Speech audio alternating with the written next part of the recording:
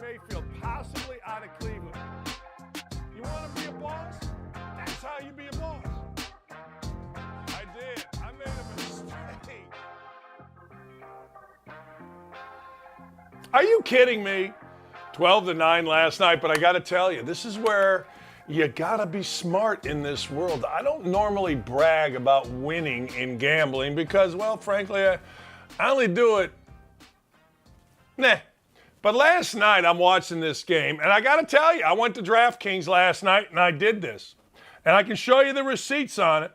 $600 is what I bet to win $500. I did.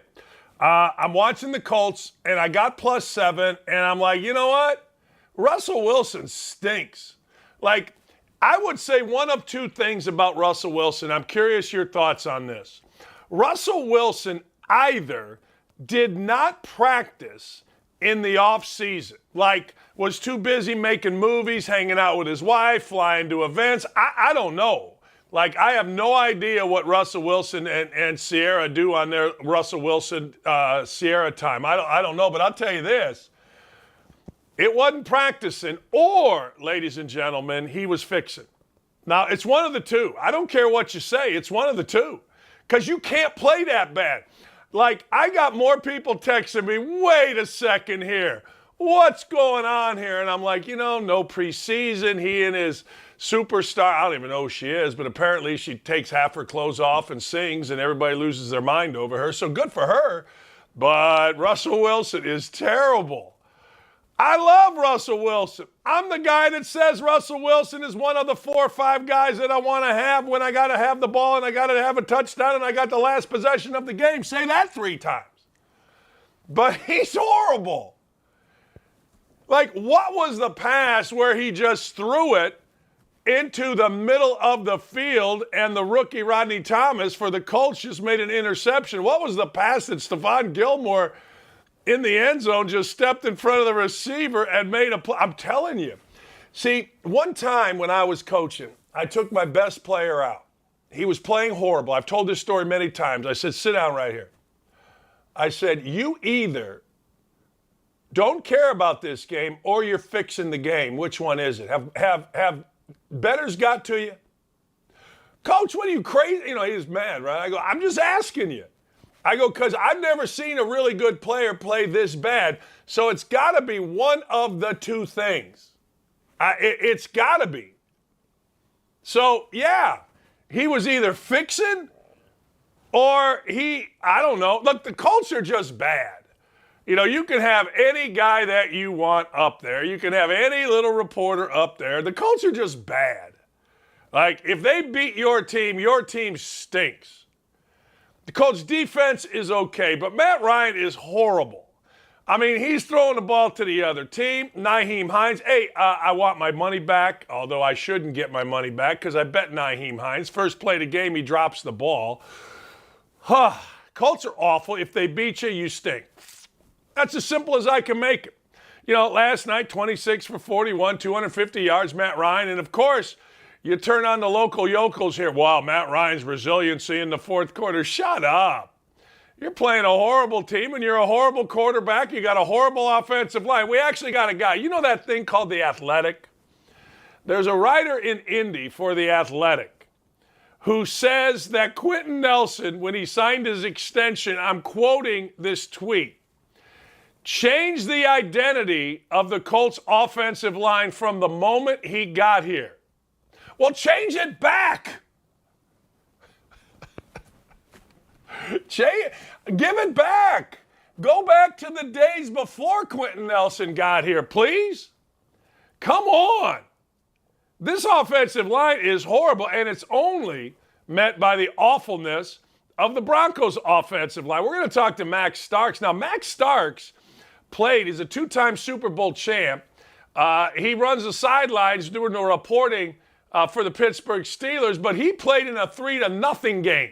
Yeah, I said it, 3-0, a Monday Night Football game. Jared said, hey, look, Dan, I think there was a 3-0 game when he was a little kid. He stayed up and watched on Monday Night Football. Starks was a member of the Pittsburgh Steelers. We got to get his take.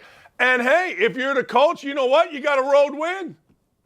And if you're the Colts coach, I got to tell you, your backside was going to be fired. It had to be. Look, I don't want anybody to be fired, but now that I see these buyouts, hell, get fired. It's better for you. But now the Colts have life. This may be the worst football team in the history of the NFL to be 500. I think they're 2-2-1. It might be. It is a horrific football team. But hey, who am I to say? They got a win last night. And let me tell you something else.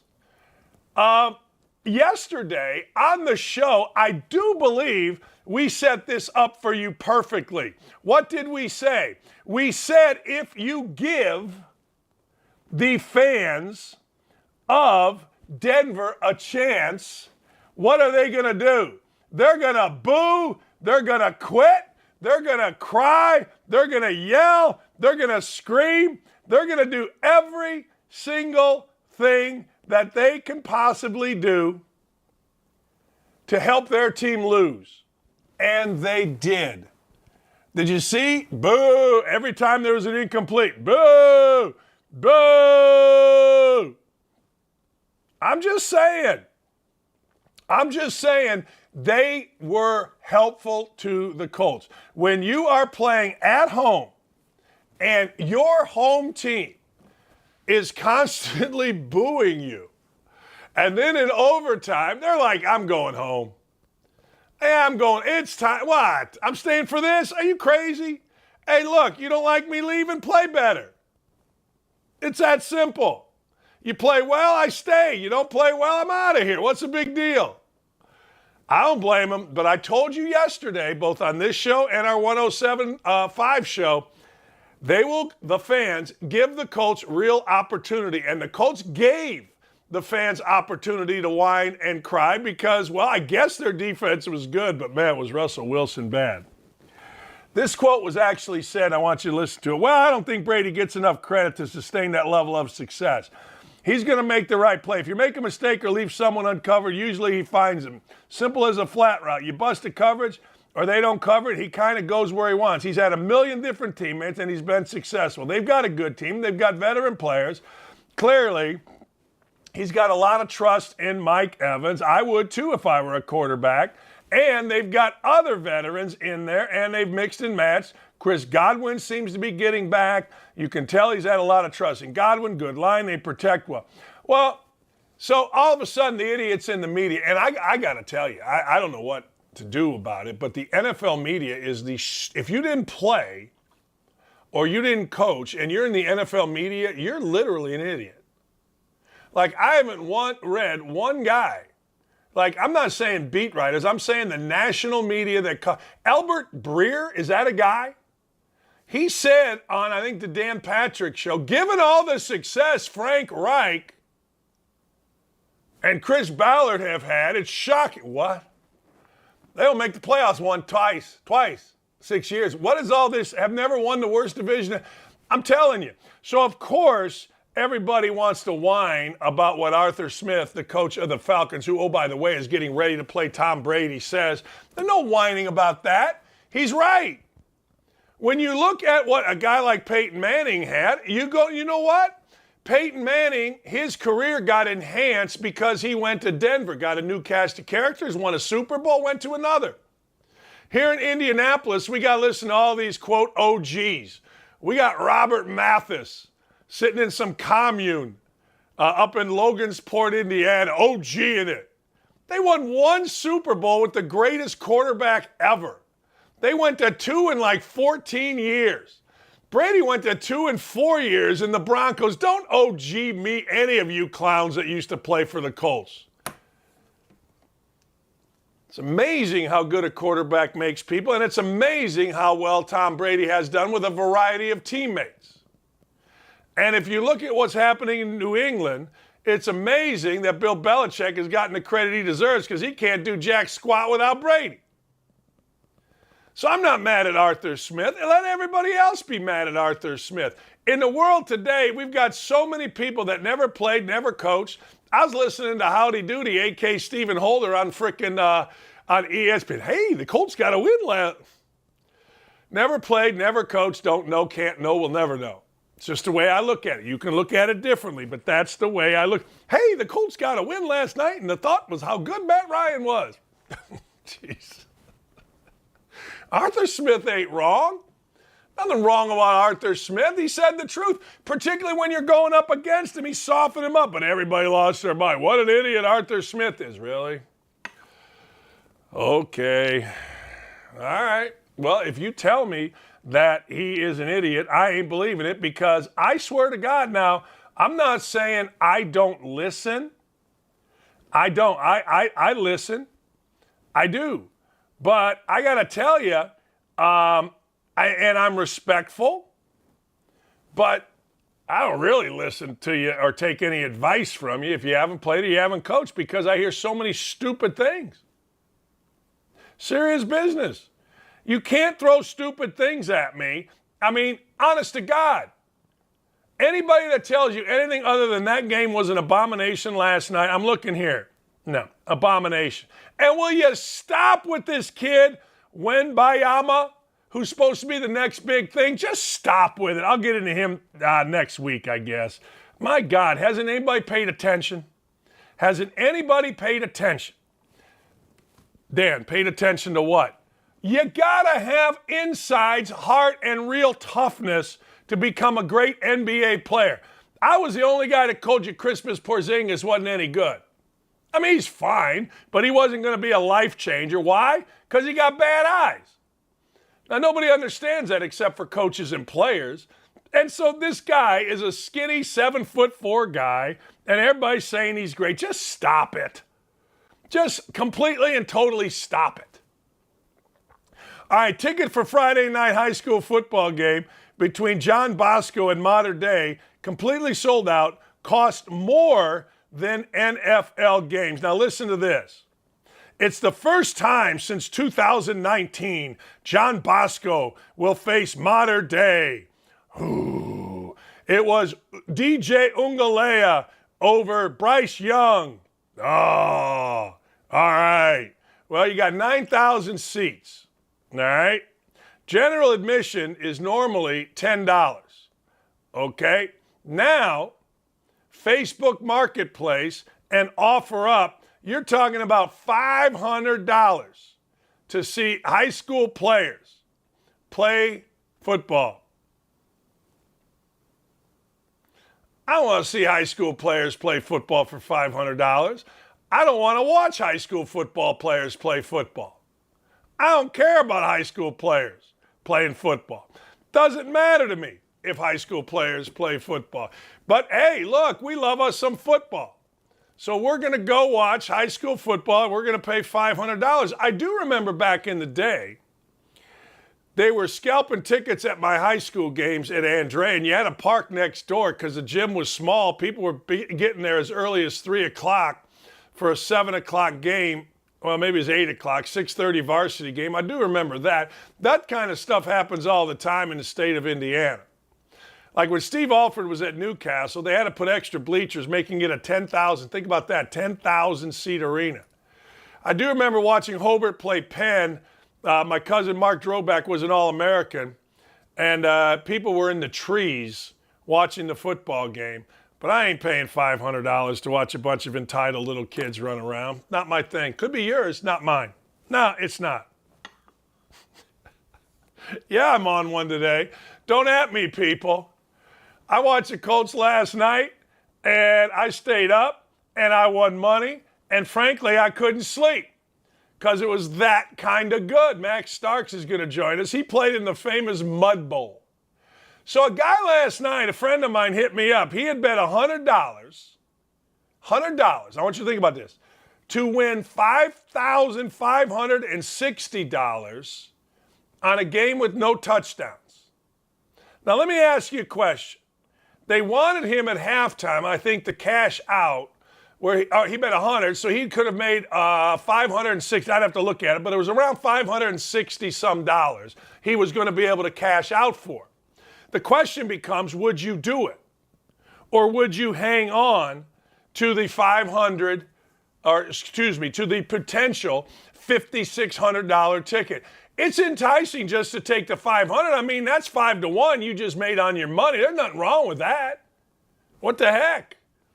But, man, as you're watching that and you're seeing Russell Wilson, and by the way, let me add, I know I'm jumping around here for a second, but I had it in my notes and I didn't get to it. How stupid was that play call at the end? Like, it's 4th and 1, Russell Wilson in the pocket, literally, and I'm being literal here, I don't think he completed a pass. I take that back. They completed a pass on like 3rd or 4th and 1 where the tight end went right to the middle, turned around, sat down, caught a pass, fell down, first down. You remember what I'm talking about? It was about at midfield. As soon as I saw Russell Wilson drop back and stay in the pocket, I knew the Colts had won the game because he's terrible. He was throwing the ball high. He was throwing the ball wide, left, right, short, long. I mean, he was an abomination. So why is it when you get around the goal line, the offensive coordinator, whether it's Seattle, Darrell Bevell, or this guy, why do they lose their minds with Russell Wilson? Remember Darius Butler? I think it was Darius. What was the guy's name that stepped in front and made the pick? Just give the ball to Marshawn Lynch. He's not driving a car. He's fine. It was pre-crazy Marshawn Lynch. Just give him the ball. What? Man, I got to tell you, the minute he dropped back, I could not believe it. I was stunned, and I didn't mind it. As a Colts fan, I kind of liked it. All right, let me give you another thing. There's no sex and booze at the World Cup. Now, I think we talked about this a while back.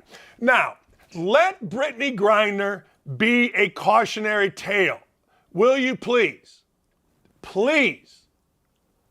Don't go over to Qatar. See, when I think of Qatar, I think, well, I don't want to go to a Qatar jail. I don't know. What are they going to do? Cut my head off? Well, I don't know. Somehow, some way, Qatar bought the World Cup. So November 20th, millions of people are going to go to Qatar. Now, you got to know, alcohol will not be sold during the game. You cannot drink in public. You can drink in regulated bars. You're supposed to dress modesty, shoulders covered, no skirts. Prescription meds, some of them are banned. You got to know before you go over. Now, if you want to test it, just think Brittany Griner. Do yourself a favor. If you're going to Qatar, look at that movie, Midnight Express. Thank me later. Now, you want to have some sex? Don't have the sex in public. If you kiss in public, and by the way, memo to young people and older people, actually older people more than younger people. The lovely Lee Ross Dakich said it, and I agree. Nobody wants to see old people kiss. Nobody. Nobody wants to see you making out with Susie over here. Nobody. Joey Bag of Donuts, nobody wants to see you making out. Your tongues are flying. Nobody needs that. Shaking hands with Qatar women to be avoided. I'm just telling you, do yourself a favor. Understand, and this is a very key point in this article, which, by the way, is by David Hookstead, one of the great writers in the country for OutKick. He says, and this is important, there are no exceptions for tourists. You can't hammer beers during games. You can't dress how you want. You can't kiss someone in public. David says you can't even drop a few F-bombs. If you're traveling to Qatar, use extreme caution. Don't think that you're going to skirt the law. I got to believe being in a Qatar jail is horrific. It's a public service announcement from your good friend Double D. Don't be kissing Susie. Don't be Hey, look, you meet this guy, ladies. You think, oh, he's the one. He's my dreamboat. No. Take it. The word get a room.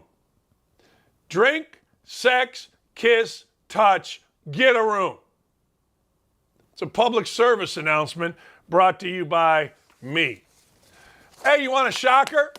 Here, I'll give you a shocker. Draymond Green acts like an idiot. Didn't see that coming. Whoa! How the heck that happened? Draymond Green acts like an idiot. Draymond Green has lost his mind. What? No, can't be. Racist to say that. No, it ain't racist. Draymond Green acts like an idiot about half the time. Draymond Green has become a thing. By that, I mean a brand. By that, I mean he's become his own thing. He thinks he's a thing. He thinks he's a deal. Okay, Draymond. Draymond Green got in a heated argument with Jordan Poole, who is arguably the nicest kid in America, and Draymond is too. I'm a big fan of Draymond. But Draymond acting like an idiot is no surprise. Draymond thinks he invented basketball. Draymond thinks he invented media. Draymond is trying as hard as he can to be a thing, a guy, a brand. Draymond is most times great, many times a complete fool. So he punches his teammate, and I didn't get this from the media. I got this from a friend of mine that wasn't there but was there enough. So he drilled, they get in an argument. Jordan Poole is lighting him up. This is what I was told, allegedly. You always got to say allegedly. So Jordan Poole's lighting him up. Draymond's mad. Jordan Poole continues to lighten him up. Draymond continues to get mad. And Jordan Poole continues to talk smack because Jordan Poole likes to talk smack. Well, Draymond being the insecure guy, because Draymond knows he's, the guy, what was his name, Ronnie Wolf or something that wasn't a Beatle, but maybe he got a few royalties or maybe he was Ringo. He knows he's not really the guy, but he is a guy. But he's getting embarrassed on his own turf, so Draymond gets mad. And instead, because Draymond can't do it, since Draymond can't do it, he has to resort to what? He can't resort to like Larry Bird and Magic Johnson going back and forth whooping backsides. He can't resort to that, so he's got to resort to punching Jordan Poole. And he punched him, drilled him. Now, I would bet, nobody really can confirm this, but knowing Draymond Green, I would bet it was a sucker punch. Now, sucker punches don't always happen from behind or the side. They can happen when I'm walking up on you and you just drill them. I'll give you a story. I was at ESPN. I'm sitting there getting ready to do a hit. Bob Knight walks in with his cast of characters. And, Dakich, I heard you're sour. I stood up because I know Bob Knight was a legendary sucker puncher. I knew he was a legendary, and then he would, I showed him. So I stood up. So I guarantee you that's exactly what I know Draymond Green well enough to know that that's what happened. So, hey, look, it is what it is. It is. What are you going to do? So now it's bad enough that Steve Kerr's got to suspend him, and that ain't good for nobody. But you know what? If one team can handle it, it is certainly the Warriors, because they have Steph Curry and Klay Thompson, and they're my two favorite players. Max Starks joins us, two-time Super Bowl champ. Max, you got me? How are you? I'm doing good, Dan. How are you? I am good. Hey, I did some research. You played in one of the worst football games ever, the Mud Bowl, 3-0. I think it was 2007. Yes. Last night we had a reincarnation, but there was no mud. That was one of the most painful games I've ever watched. Like, I thought our game was bad, but at least we knew that a tropical storm came through and we decided to resod the field. So we had an excuse. There was no excuse for what we saw from Russell Wilson, Matt Ryan, and both the Colts and the Broncos. That was, I actually stopped. I actually started, stop. I did it multiple times because I just couldn't believe that this was really a field goal contest, essentially. So I didn't watch, but I went to YouTube for the game that you played in. And back in the day when fields were like that, it was fun to watch. I didn't have to play in it, but it was fun to watch, going back, Walter Payton in the mud and, all that stuff.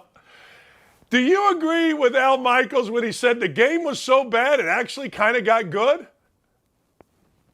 Yeah, you know what? I really appreciate the game now when I look back on my career, just because there was there was a bonding unity about and almost like a childlike type of moment where you felt good about it, right? You felt like, man, this is like being a kid in a rainstorm and the backyard's just flooded, and we're just gonna go make the best of it. We got some clothes that my mom doesn't care about, and you just go, and it's almost like a slip and slide out in the backyard, and guys are trying not to get dirty, but you're still getting dirty in the process. It was a fun moment, and it made it all worth it because we won by an actual field goal. So it made it worth going out there. But yeah, threw your shoe, you threw the whole uniform or your shoes out after that game. Yeah, you know what? I remember those days, and you had to make sure you had the clothes that your parents didn't care about, right? You didn't want to screw up your good Yeah, jeans or anything like that. absolutely. You mentioned you played for a long time, and you played at a time where preseason games were you played. Do you think what we saw yesterday, was there any impact of guys not playing in the preseason? Does that have anything to do with it in your mind? I think the first 3 games of the season, that's when you really get an impact for guys that missed the preseason, because it extends out before the regular season kind of mode and type of, I would say, autopilot kicks in for your body, and that mental type of gears click over. But we're in week 5, and at this point, if it's still inconsistent, if the Colts are so reliant upon Jonathan Taylor to get this offense kick-started, if Russell Wilson still has not developed any type of opportunity to have a mesh with the rest of that team, I don't know if it's preseason at this point. First 3 to 4 weeks, I could, but we're in week 5. Like, the cream should rise to the top at this point. Heck, even for my squad, like looking at how our offense has started to now gel because they're all young. They're starting to even make progress. So I don't know if I could say that what we saw last night is indicative, because you have to remember that for the Colts, they got blanked by Jacksonville earlier this year. So they have done this before. And I don't know what to say about the Broncos. I really thought the Broncos were going to be a different team, and I haven't seen anything. I don't know if it's Russ or if it's Nathaniel Hackett is just outmatched, like with wits about having to actually call an offense. I don't know, because I mean, he didn't do it in Green Bay really, so it was more Matt LaFleur. So it is head scratching to think that the Broncos got it so vastly wrong. So I don't know what it is going on with either one of those teams. You know, I said this yesterday. I live in Indy, do a radio show in Indy, and one of the things that I said is you got to give the Broncos and their fans a chance to get really negative. Like, I feel like because of Nathaniel Hackett and the start that he's off to and the start that Wilson, and you saw it last night, you saw the booing, you saw people leaving before the end. As an opponent coming in, how great is that to hear the booing and watching people leave before the game's over? Oh, if you're the visiting team, that's the most amazing thing ever. It's like, listen, we've actually put these guys into a bad place. We've put them, we've actually made the fans want to quit. And usually you're trying to get the guy across from you to quit when you're on the football field. But when you see the fans quit, that's like the biggest like psychological high five you can receive. It does not get any better than that. And I've been in a couple of places where they've done that, and it was crazy. But in this day and age, it's crazy to see that. With today's team, especially with the team that has a franchise quarterback, has actually good pieces. I've seen it with some bad teams where they just leave. I've seen that in Cleveland before, back in the day. I've seen that in Jacksonville before. But Yeah, for a team like the Broncos, though, I mean, it's just a very established and, a historically decent to really good team. That was something I thought I'd never see at Mile High. Honest to God. Hey, those of you that don't know, Max Starks works with the radio network of the Pittsburgh Steelers. All right, Trubisky out, Pickett in. What are your thoughts? I'm excited. I'm excited to see what the young guy has. I mean, the knee-jerk reaction in the game, just because nobody kind of saw it, and Coach Tomlin kind of intimated that, hey, I just had a feeling I needed a spark. This is the decision I went with. I went with my gut. And now that I look back on it and I've had time to digest it, I think it is something, because when you look at that Jets game, the first half to the second half, there was a different energy by the offense. Like the way they moved, the way that they got in and out of their breaks, and the way guys were hustling to the line, and the little effort for the offensive line, pushing a little bit more, receivers cutting a little bit harder on the breaks. Um, you felt like this was something that was a spark. So I'm excited to see what Kenny Pickett's going to do actually with the week of practice as the number one, because he didn't get any reps last week and came into that game kind of cold. So I appreciate that he's getting a week now. And yes, I know it is the Buffalo Bills, the mighty, mighty Buffalo Bills. Um, but I really like what Kenny Pickett had to do. He had a certain swag about him. He had a lot of little, a little, you don't know what X factor shoulder swag. So I think what he's going to bring to the game, I think it's going to be exciting. Now, we got a rough gauntlet, and this is not the time you would want a rookie quarterback to start, but I feel confident in what Coach Tomlin did, because, he's been doing this for a long time and has not had a losing season. So I think he has that feel, and he has the pulse of the team to make the best decision for the team. Max, I've always said this. You can fool the media, you can fool fans, but you can't fool players. Like, players know, right? So what you're telling me is that the players know, okay, this is a real guy, talking about Kenny Pickett. Yeah, I think absolutely, because, when you're talking about most of your rookies are usually 22, 21 years old. Um, Kenny Pickett's 24. So he's an older rookie coming into this. He's also had 5 years of college football starting experience as well. So this isn't your traditional, I was talking about this, even Mitch Trubisky, right? Mitch only started 1 year in college, really, and then came on the scene. You look at a Kyler Murray, a Baker Mayfield. I'm trying to think. There, Trey Lance before he got injured. I mean, there are guys who have less experience who are drafted high. Kenny Pickett's kind of one of those oddities, because he did play 5 years of college football, and he did come from a team that ran a pro style offense. That actually their coordinator used to be our quarterbacks coach for the Steelers, and Mark Whipple. Right? He has a relation. He had Matt Canada at one point when he was at Pitt. There's just some unique things where he's not what we call a jag, right? Just a guy, right? He's not that type of dude. He has a little bit something extra to him, and Coach Tomlin's seen this kid for the last 5 years, because the Steelers building is literally connected to the Pitt Panthers building. They're on one side, we're on the other. When the Steelers walk off the practice field, the Panthers are walking on the practice field. We could see each other from the balconies of the building. So he has a lot more knowledge than a lot of people want to give him credit for, and he would know this kid better than, I would say, any other NFL coach, because he's had the luxury of seeing him for half a decade before he decided to draft him in the first round. How difficult is it to replace a guy? This may be a dumb question, but a guy like Roethlisberger, who was there for so long and did so many things? I'll say this, Dan.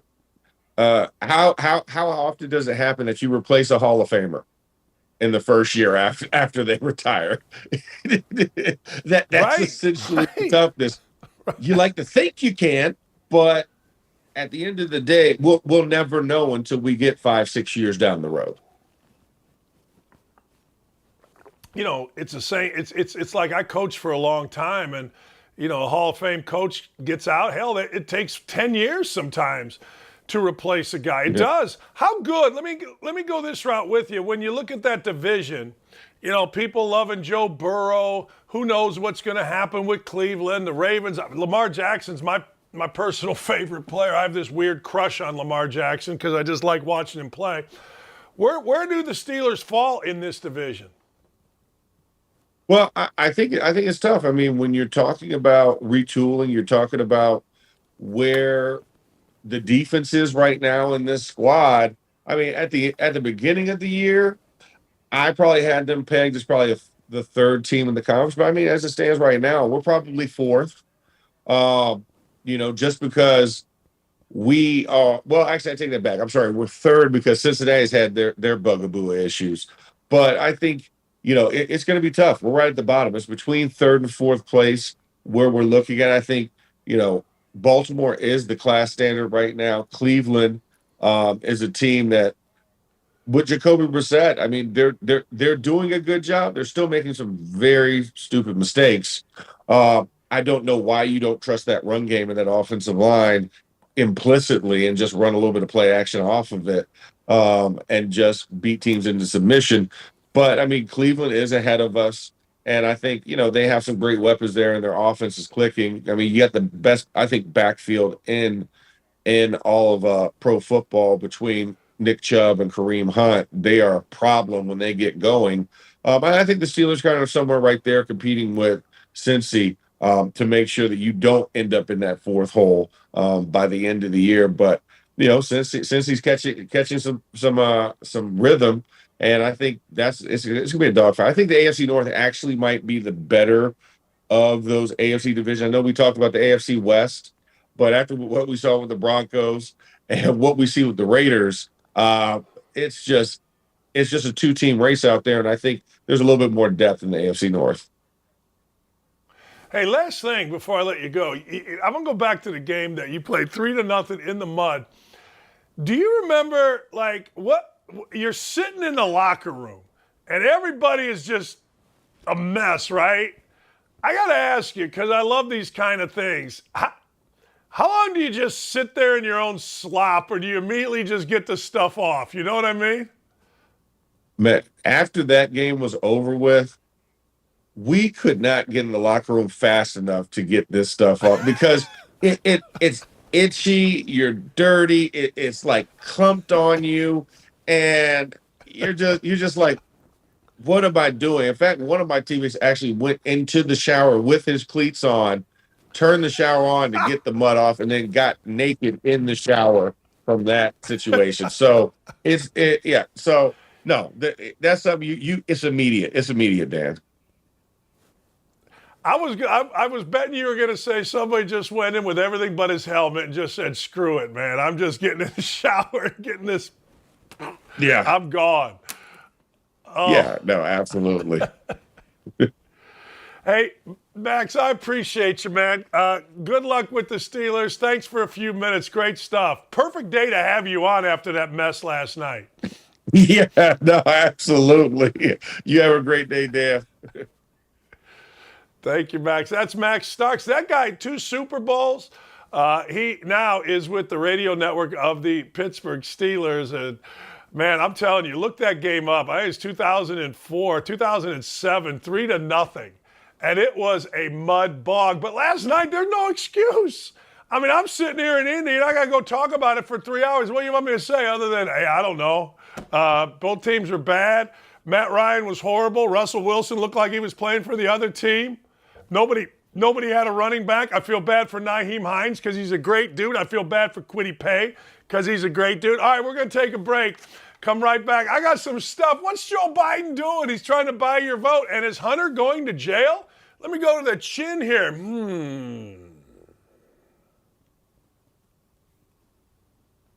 Hey, this is David Hookstead, host of American Joyride. On our latest episode, I sat down with Army veteran and former operator Jesse Betcher to hear stories about his time in the service just like this. This is one of my favorite questions. I love asking. What's the funniest thing you ever saw while deployed? Oh man, there's some funny things. So people, I don't know, they think combat is all like, killing and blood and guts, or whatever.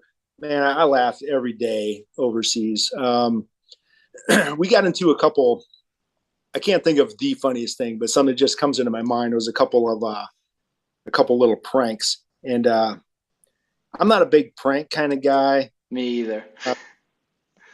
And so if somebody pulls a prank on me, I will log it, but I usually won't retaliate, because I'll think about it, and then but if it happens again, I'm gonna get you back. If you pull a prank on me, I'm gonna get you back like so much worse than you got me. And my kids know that. So there's no pranking that goes on in this house because my kids are well aware if they want, as an example. So we over in Iraq one time, those old alarm clocks with two bells on top and the big dinger in the top. Yeah. So there was one of those in our safe house. I don't know where it came from, but it was an electric one. So you didn't hear the ticking noise.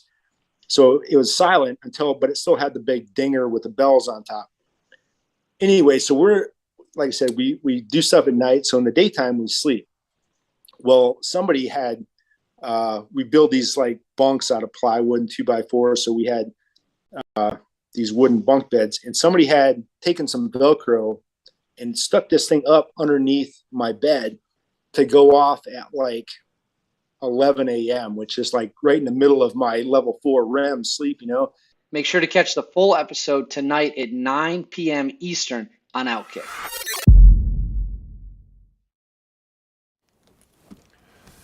Oh, man, that was good stuff. That was really good. So we got a monster for you today, and it's going to come all day. Trey Wallace is going to get you ready for some college football. I can't wait. This is a great day. Look, you got to understand something. One of the things, and I think you all are like me, I don't know how you were, but when I was in grade school, the teacher used to push in this big cart on a day like today, and on top of that cart was a television, and on that television was the Major League Baseball playoffs. And it was glorious. I remember Mr. Dozel, 6th grade, pushing it in. And we got to watch, I don't know, maybe it was Bud Harrelson fighting Pete Rose at second base. I don't know, but it was good. And we were happy because even this World Series back then, some of the games were on in the afternoon. So, oh man, this is one of those days. I love morning golf, U.S. or the Open Championship, Wimbledon. I love morning sports. Give me 9:30 football coming to me live from London, and I am all in. Oh, are you kidding me? I love morning sports. It makes me feel like I'm skipping school. It does. And you know what? At the end of the day, isn't that all we want? I got to tell you, I don't understand the world we live in. In the United States, we deal with so much stupidity. I mean, we deal with stuff that is, well, unconscionable in many ways. I mean, we do. And then we deal with and make a big deal out of stuff that is so insignificant that it just doesn't matter. But all across the country, ladies and gentlemen, there are things going on that are, again, unfathomable. We talked about 120-some people passing away in an Indonesian soccer game. And I say to myself, are we out of our mind? Yesterday, for whatever the reason, more than 30 people were killed at a daycare center in Thailand. Apparently, some guy just drove by and started shooting. A gunman killed dozens, mostly children, at a child development facility. It's the deadliest mass shooting in Southeastern Asia. It is unbelievable. A former cop was in his car and he just started spraying bullets. I mean, that's almost become the norm. 38 people, the death toll rose. 38 people. 24 of those were children. Look, one of the things that I will say I will continue to say, and I will never stop saying, is I don't care whether it's here, whether it's in Thailand, whether it is in my household. You got to have discipline. You got to have God in our lives. And you can listen to people, and people can say whatever, but the loss of God, the loss of any type of structure, you don't want to have a totally free world without consequence. I mean, we just do. I don't know what else to say. I just reported it to you, and it is heartbreaking to me. It is. I mean, anybody that knows me knows that I couldn't even watch things like Wizard of Oz if a child is getting hurt. And I don't have the answers. I just know that this is the worst thing that you're ever going to read right there. Man, and imagine parents, how many lives are affected. It's horrific. It just is. All right. Speaking of children, I mean, Hunter Biden may be charged. Finally, Hunter Biden, the president's son, who for all intents and purposes is, according to, I don't know, Joe Biden, the smartest guy he's ever met. And remember, nobody F's with a Biden. Well, I got to tell you, it looks like maybe somebody is going to F with a Biden. Because Hunter Biden, at least according to FBI agents, Department of Justice, and an Obama prosecutor, they do say there is enough evidence to charge this man, Hunter Biden. I guess you call him a man. He seems like a weasel to me. But anyway, charging Hunter Biden with at least taxes and gun charges, one of which face up to 10 years. Now, I got to tell you, I don't know anything about it, meaning I don't know what's real. I don't know what's not real. And one thing I've always told you is you cannot get me to pay attention and believe everything that is written. I do know this, that federal agents, here's what I'm reading, have gathered what they believe is sufficient evidence to charge him with tax crimes and a false statement relating to a gun purchase. The next step is for the U.S. attorney in Delaware, and of course, the Washington Post has to put this in there, a Trump administration holdover, to decide whether to file such charges. These people have said the investigation into Biden began in 2018. So initially, it centered around Hunter Biden's finances related to overseas business ties and consulting work. Over time, investigators with multiple agencies focused closely on whether he did not report all his income and whether he lied on gun purchase paperwork in 2018. Agents determined months ago they had assembled a viable criminal case against a younger Biden, but it is ultimately up to prosecutors at the Justice Department, not agents, to decide whether to file charges. And you file charges if you think there is enough evidence to get a conviction. I got to tell you, if he did all this stuff, charge him. If he didn't, don't. But I've had enough of Hunter Biden. I mean, I've had enough of the whole Biden family, but it doesn't matter that I have had enough. It doesn't matter whether or not I have done whatever I think. I just look at the videos and the pictures of Hunter Biden and I see an idiot. I also see a troubled dude. So at the end of the day, you got an idiot who's a troubled dude who's got I don't know. See, everybody wants to be a psychologist. I'm not a good psychologist. I'm not. Well, you know, he's got problems. Really? We all got problems. I got problems. You got problems. We all got problems. Don't we have problems? Yeah. We all got problems. So the answer or the question that I ask is, will Hunter Biden be charged? The first response is no. No, he will not. He's a made member of the D.C. family. That, ladies and gentlemen, is what most people feel right there. He's a made member of a powerful District of Columbia, Washington, D.C. crime family, and I can't argue it. On a personal note, when I see this bag, I hope he gets charged. But I also am like, that'd be fair.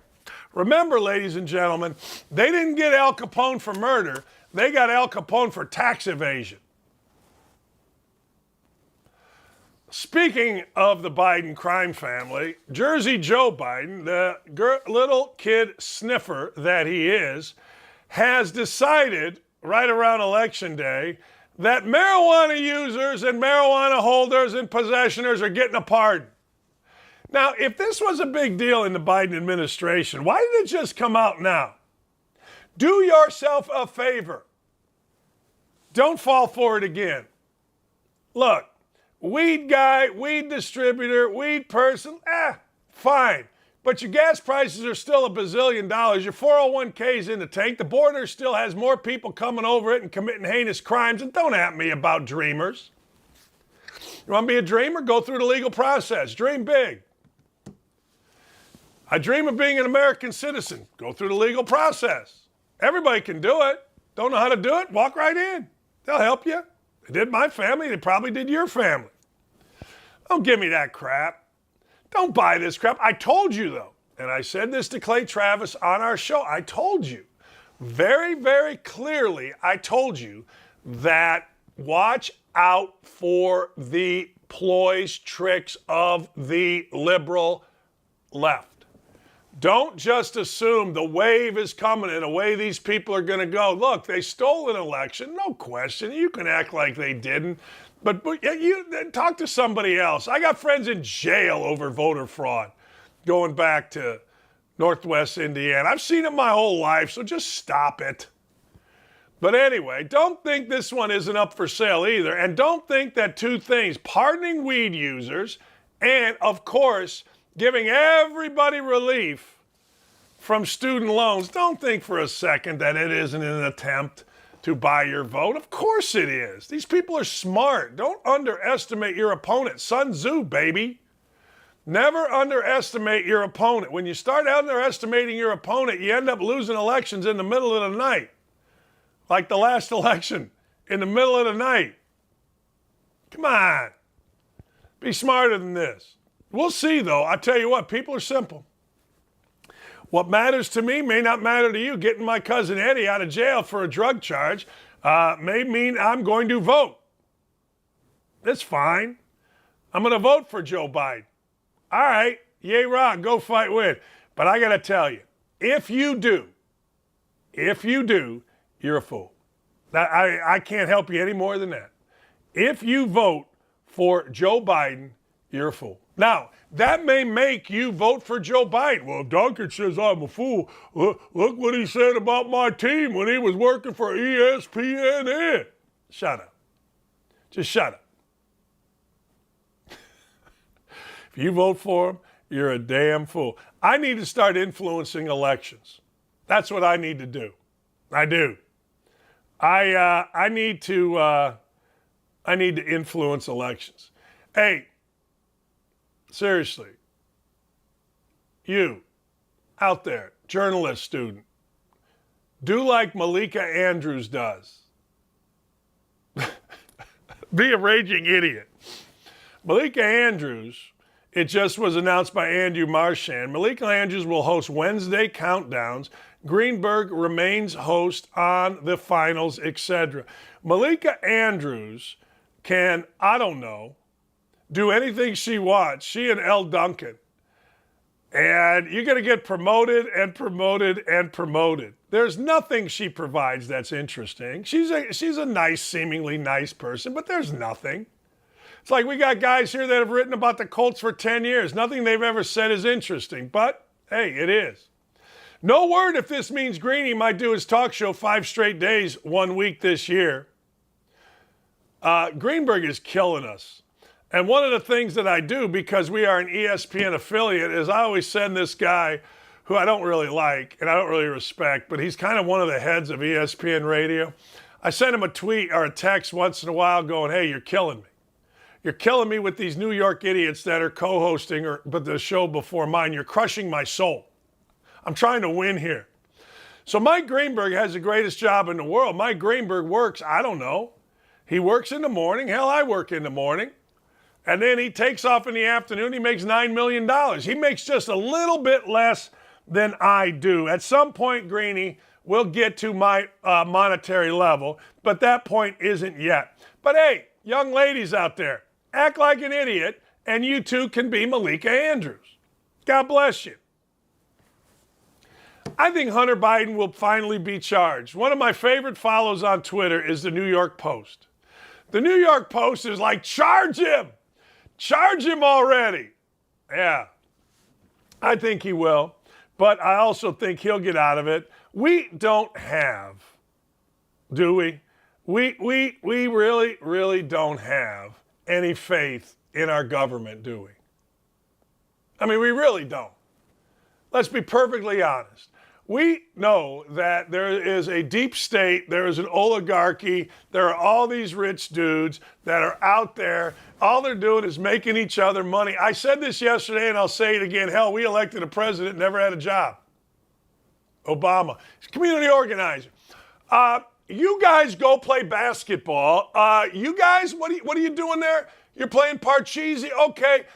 Young ladies, canasta for you. You guys, all right, community's organized, I'm going to bed. And he became president. God bless America. God bless all of us. God bless America. Seriously. I'm going to go to the Indiana-Michigan football game, but I don't really want to go.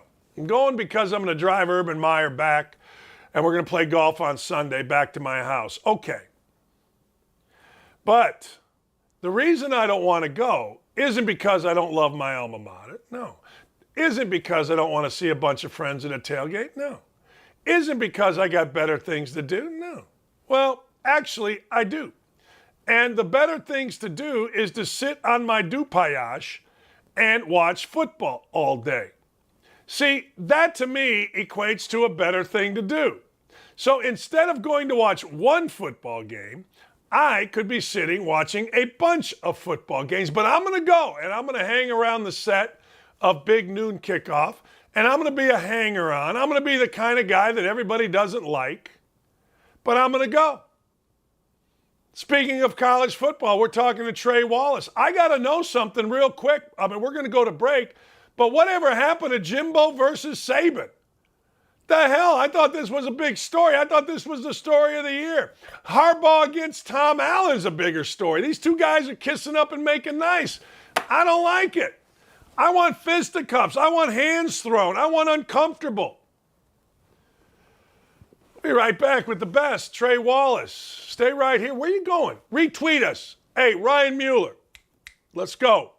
Sean Black. Hey guys, it's Tommy, and in case you missed my last show, here is what you missed.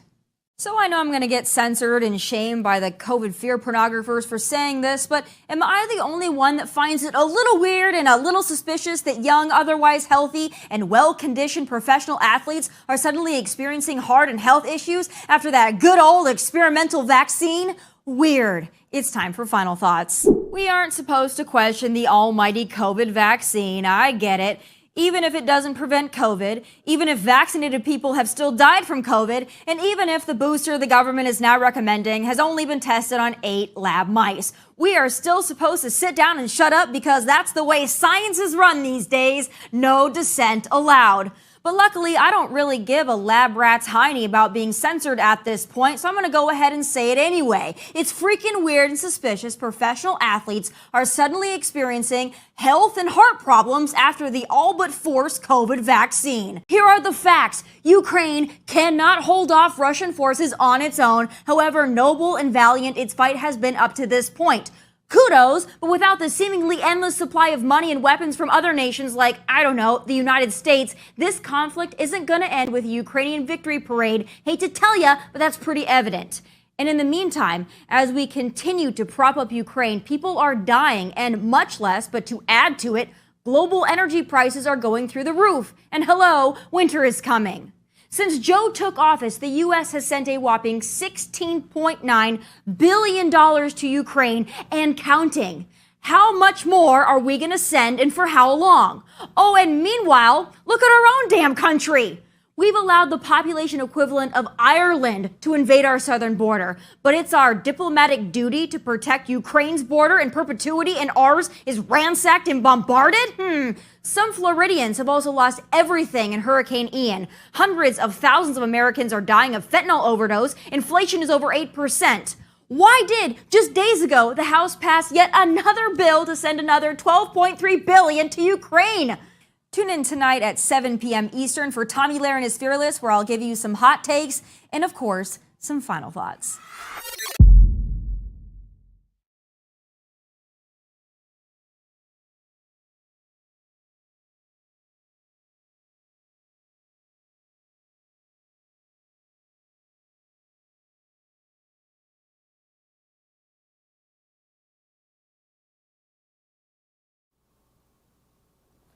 That's right. I'm headed to IU, Michigan, at the Rock Memorial Stadium. I don't know why it's the Rock Memorial Stadium. Terry Hepner made it the Rock Memorial Stadium, whatever. And I'm looking forward to it. Big noon kickoff is going to be there. It's going to be fun. Trey Wallace, man, a month, 2 months, whatever it was ago, it was Nick Saban against Jimbo Fisher, Clash of the Titans. Oh, we can't wait till the 8th when they square up. We got nothing here. I got no angst. It's not even that. It's like, Dan, you have to realize, like, as somebody that covers the Southeastern Conference, this has been going on since last March. So, you know, the build up to this and the articles that have been written, the words that have been traded behind the scenes between coaching staffs to where we are right now, where we enter this game. And this is probably, I don't know, the fourth or fifth best game of the day. I mean, maybe not even that. I mean, it's just a train wreck, and I'm sure CBS is like, oh, man, you know, I wish we had a mulligan on this pick. This is a horrible game to put in prime time. But somehow they'll try to blow it up. But, man, talk about just a game losing its luster. And it did. I mean, it took 3 weeks for this game just to go down the crapper. Not saying it's not going to be a good game. Like, anything can happen. But, like, the luster of Jimbo versus Saban, that's gone. Bye. Bryce Young going to play? I was talking with somebody just a little bit ago, actually, and they wouldn't be surprised if backup quarterback Jalen Milroe is potentially taking the snaps. If Alabama gets into a little bit of trouble, that's when you throw Bryce Young in. There is no reason that Alabama should need Bryce Young on Saturday. The backup quarterback Jalen Milroe can beat Texas A&M with a rushing attack and him rushing the football as well, throwing it a little bit down the field. I'm just, you know, I hate to underline Texas A&M so much, but they could get beat without Bryce Young. And don't forget, Alabama's got to have their quarterback set for a big matchup in Knoxville next week. I'm going to get into all these. The other guy of concern is Will Levis. I mean, is he healthy? And I was a little surprised. What, Mel Kiper said he's not going to be surprised if Will Levis isn't the first pick in the draft? Wow. I guess we'll start with that first. I have watched a lot of quarterbacks in this conference and a lot of quarterbacks around college football. Will Levis is not the best quarterback in the country. He's not Tim Tebow either. Like, that's one of the things, like, that's kind of a comparison people like to draw to Will Levis. I think the kid is good. First pick in the NFL draft, that feels like you're pushing it. I don't think he's third best in the conference right now. So who's the they best? Can keep pushing. If we're talking about overall passer, just a straight passer, probably be, in my opinion, Will Rogers at Mississippi State, just an overall gunslinger. But if we're talking about a complete quarterback, I would probably have to go with Bryce Young. I would even put Hendon Hooker in there. Let's not forget about Stetson Bennett at Georgia, even though he's small. The kid is all he does is win and drop dimes. So there are just a number of quarterbacks, and their games are different, and I get that. But I want what Mel's on if he thinks that Will Levis is a number 1 draft pick. Yeah, I saw that, and I thought to myself, what the hell is this? All right, let's go through what you think is going to happen. Let's go through the entire SEC. Tennessee, LSU. Man, I got to tell you, I'm all in on Brian Kelly. You are not so all in on Brian Kelly. I'm all in on Brian Kelly. No? Yeah. No, I think Brian Kelly's going to get the job done at LSU in the future. I think that right now, you've got a quarterback who's pretty gimpy from last weekend. You have got an offensive line that at times have struggled this year. They didn't look particularly well for a decent amount of the first half last weekend against Auburn. But they ended up winning the game, and that's all that matters. But here, my biggest thing is Tennessee comes in with a lot of experience, and they come in with a quarterback who has thrown, I think it's 48 touchdowns now, 3 career interceptions at Tennessee. Hasn't thrown one this season. You look at what they have on the offensive line. The biggest concern to me in this whole game, Tennessee secondary versus LSU. If LSU can expose them at deep, this is going to be a good ball game. But I still think Tennessee wins by 10 points. It's a lot, big boy. What's the line on? I got to go to the line here. What's the line on this one? Because I'm not so sure.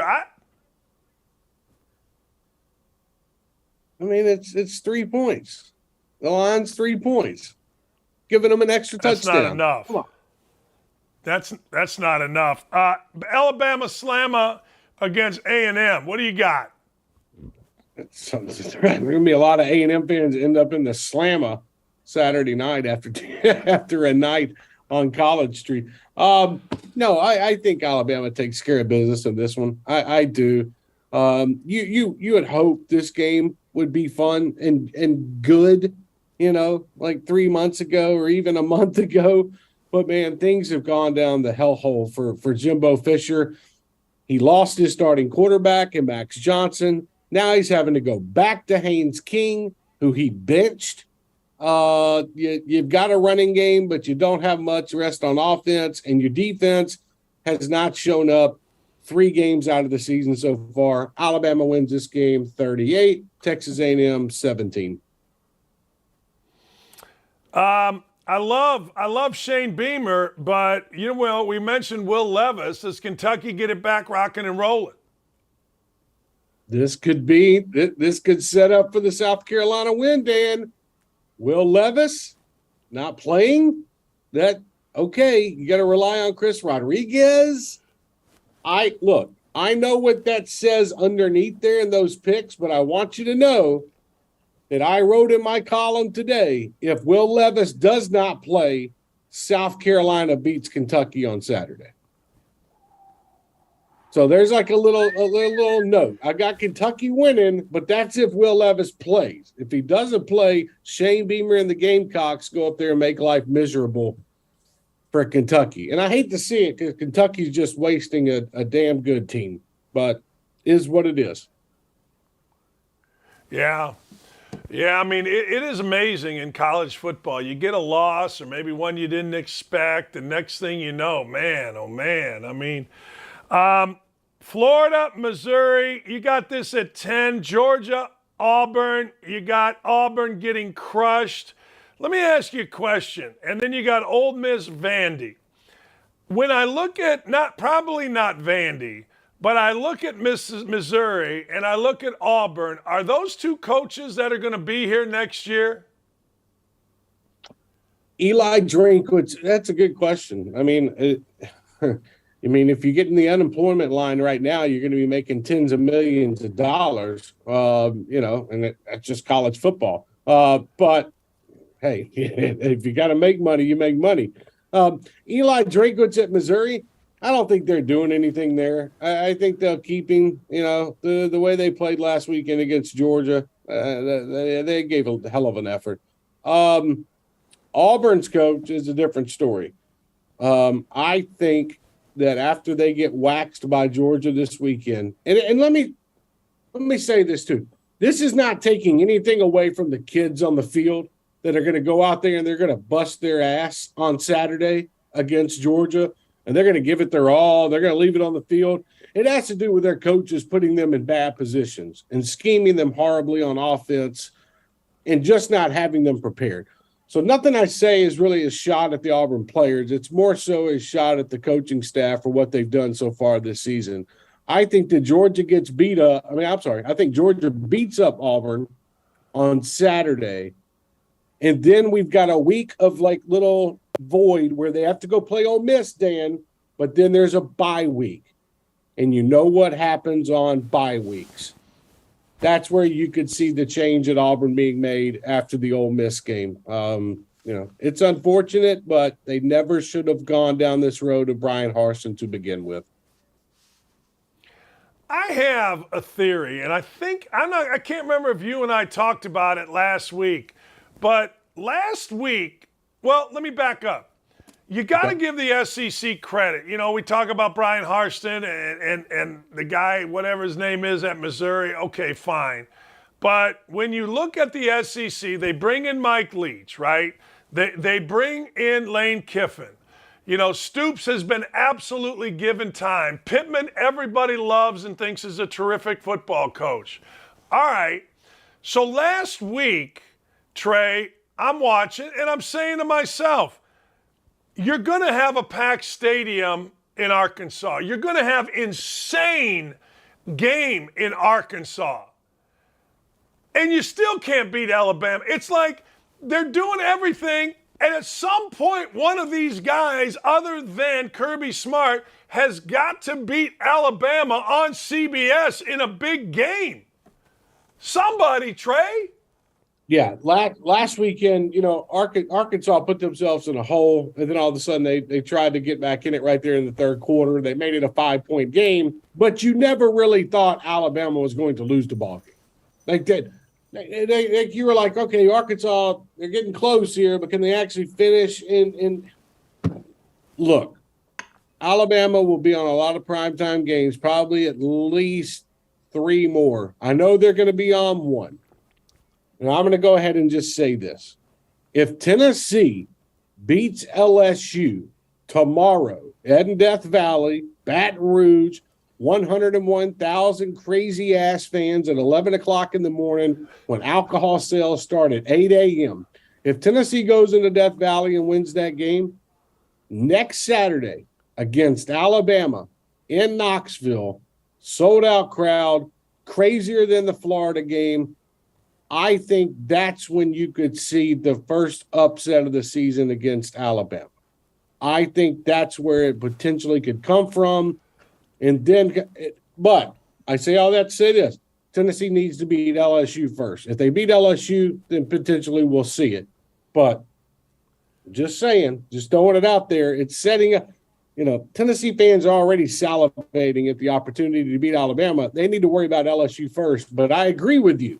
There is going to come a time very, very soon, Dan, that Alabama and CBS, that winning streak comes to an end. And we'll see when that actually is, but damn. I know. Look, hey, I'm watching that game, and I'm like, man, everything is set up here. And then you lay an egg, which they did, Arkansas, and then, Alabama snapping it, wide and a punter, and you're like, all right, but you're right. I'll give you this. Here's the difference, Trey. Last night, I'm watching that ridiculous Colts game, and I look at the spread. I go to DraftKings, and I'm going to get 7 with the Colts. I'm like, I'm taking 7. 7 is a lot in this game, whether they win or lose. But I never even thought to go to DraftKings and bet on Arkansas because it just didn't feel that way. I got another before I let you go, I got another college football thing. I think this is awesome. I think it's awesome that TCU and Kansas could be described as the biggest game of the week. And nobody should watch it because nobody really cares, but it is. It's huge. Nobody cares about the game. They care about the build-up, the story, and honestly, they care about Lance Leopold as the head coach at Kansas because they know he's going to take a big-time job after this season. And as much as he has done for Kansas, and honestly, I think it's awesome. I think it's very cool that Kansas has sold out 3 consecutive games. Game days coming there. You know, it's a fun atmosphere. Okay, you know, the story around the football team being undefeated. Like, these are the type of stories that are really cool, okay? But Kansas fans are going to come back down to reality, you know, in 5, 6, 7 weeks when the head coach most likely dips out for a bigger job, which he should because he has to strike when the iron's hot.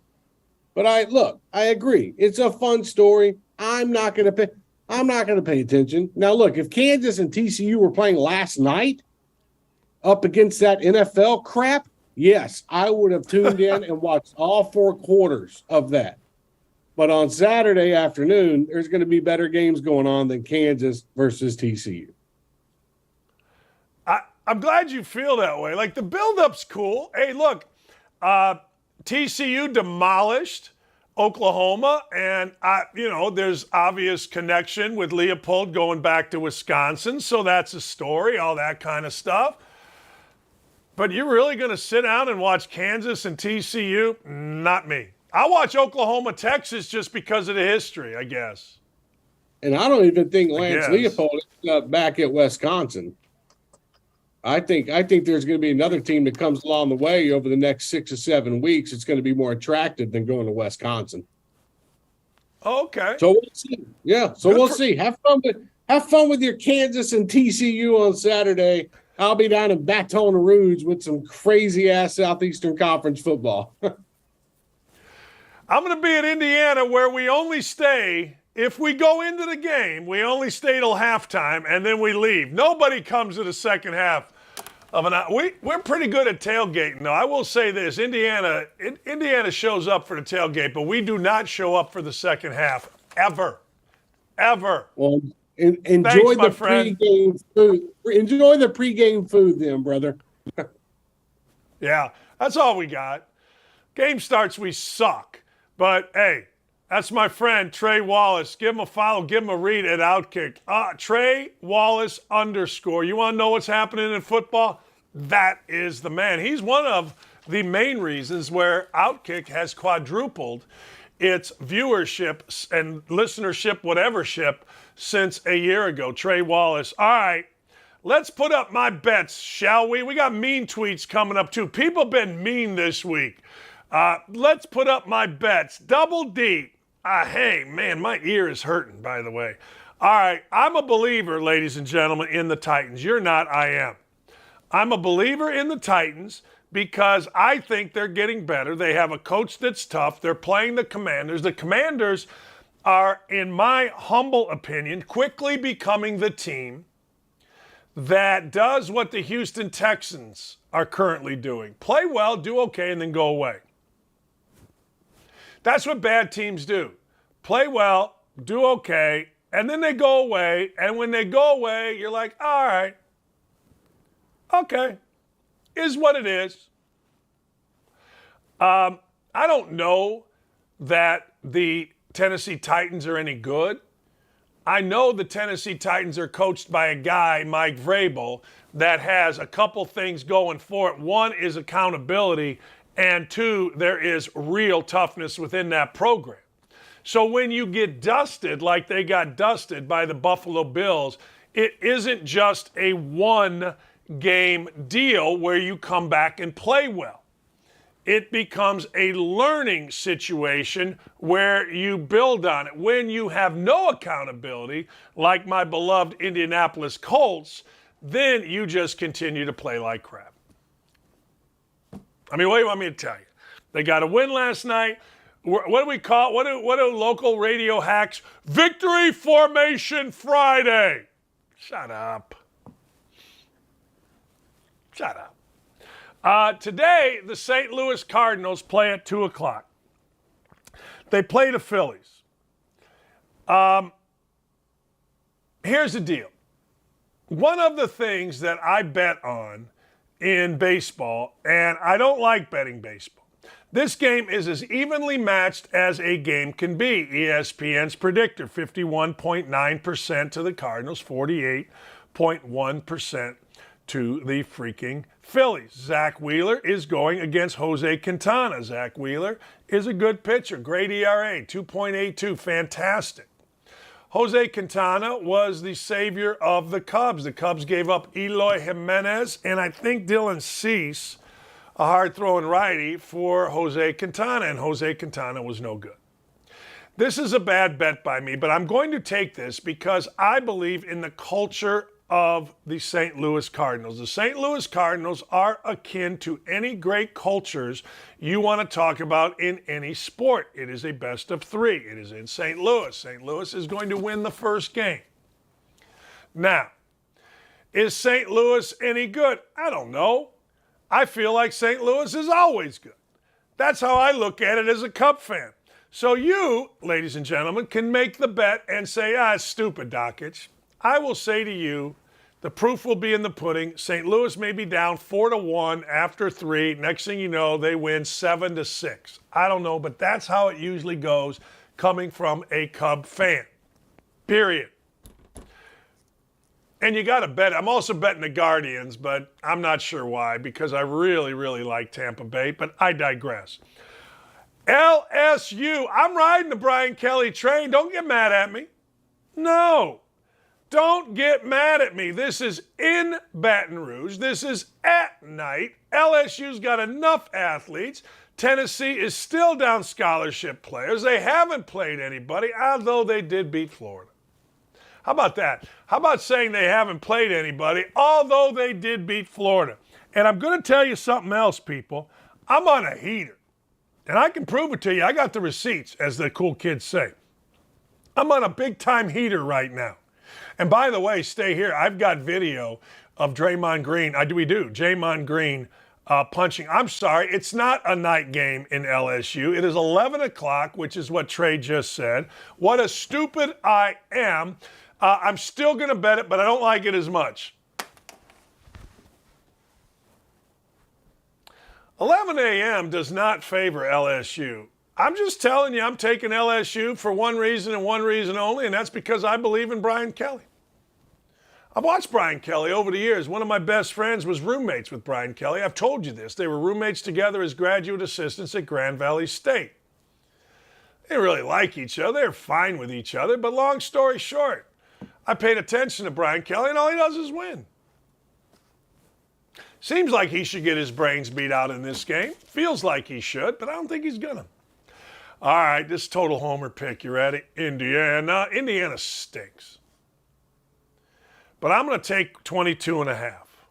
I'm going to take 22.5 because Indiana seems to play pretty well when teams like Michigan come in and there are things like big noon kickoff. It does not happen very often. In fact, the last really big thing, and I'm not bragging here, I'm just telling you the truth. The last big thing, we did a game day there. We did a Dakich game day, and we had a ton of people, and we did it exactly like what college football game day is. We had people with signs. I had Bill Mallory, I had all these guys. I had everybody and their mother, and it was fun. It was great. It was so good, in fact, the Big Ten said, yeah, well, you can't do it anymore. You're infringing on us. And I'm like, all right. But I'm going to tell you something that you're not going to like. Indiana, this has backdoor cover written all over it. Indiana stinks. Bazelak, the quarterback, is just mediocre. They will have their wide receivers back. They have a couple running backs that are okay. Are they great? No. Does Indiana play well? Last time Indiana played well in a football game, I don't know when it was. I don't know. Indiana did beat last time, Indiana 38, Michigan 21. Last time they were in Ann Arbor. Last year, Indiana would have covered it. It was 22. Year before that, they won. Year before that, wouldn't have covered. Cover, cover, cover, cover, cover. Basically, every game except for 63 to 47. Wait, what's 22 and a half with that? That's 69. There's your cover. Indiana covers against Michigan. I'm just telling you. Take this to the bank. I'm taking the 22 and a half. They usually do. I mean, I'm looking at it. Last year, 29-7. There's your cover. Year before that, Indiana won. 29-14 in Bloom or 39-14 in Bloomington, no cover, so they're 2-1. 31-20, 3-1. 27-20, 4-1. 20-10, 5-1. 48-41, 6-1. So going back to 2016, Indiana is 6-1 against a 22.5 point spread. What does that mean? Absolutely nothing. Except I always feel like Indiana plays well against Michigan at the Rock Memorial Stadium. I hope the number goes to 24.5 and I'll take more. I would like one more score. If it goes under 21, there's no chance I'm taking it. But I'm on fire, ladies and gentlemen, and you need to know that. I am. Last night, heavy action, as they say. Heavy in-game action on the Colts. You could tell the Colts were going to win that mess. You could tell. Everybody could tell. Go to OutKick.com/bets. Go there right now. Seriously. Do it. All right, mean tweets when we come back. Also, I got the video. Draymond Green punching Jordan Poole. True story. We got it. We'll show it to you right when we come back. Hey, it's Hutton from OutKick 360. If you couldn't catch the show yesterday, here's what you missed. What were you thinking as you watched Judge round the bases last night? Well, I'm thinking he is just a outstanding person and a great baseball player. So I'm very happy for him. I know the Maris family very well, and I know they are very happy for Aaron Judge. I mean, what a great Yankee, and another great season. I mean, this guy could be everybody's favorite player, and I'm excited he was able to do it. How do you view 62 versus 73? You know what? It's different ballparks. I love 62. I mean, all the Yankees are at 60, 61, and 62. The National League, they had some guys who hit a bunch of home runs, and it was a very exciting time for baseball. The Colts have reason for optimism, even though we're telling you there's no reason for optimism. Well, here's the way I look at it, too. Jonathan Taylor's not going to play on Thursday Night Football. Right. That feels like a desperate situation for both Broncos and Colts in this game. And I don't think Denver's very good. No, but you and I have both been down on Denver. I don't think they're losing at home to this Colts team without Jonathan Taylor either. So unless Melvin Gordon wants to fumble a lot. Give me the Broncos in that game, and then when that happens, Frank Reich's not very good, but he's better than Nathaniel Hackett in the coaching decision making. I think you might be better than Nathaniel Hackett if you could coach the Broncos. And I'm not very good. I don't know the intricacies of line play. I'm not a good clock manager. This is what we discovered with Nathaniel Hackett. All you needed to be an NFL head coach is to have a wicked backhand and ping pong to be able to play with Aaron Rodgers and be his buddy.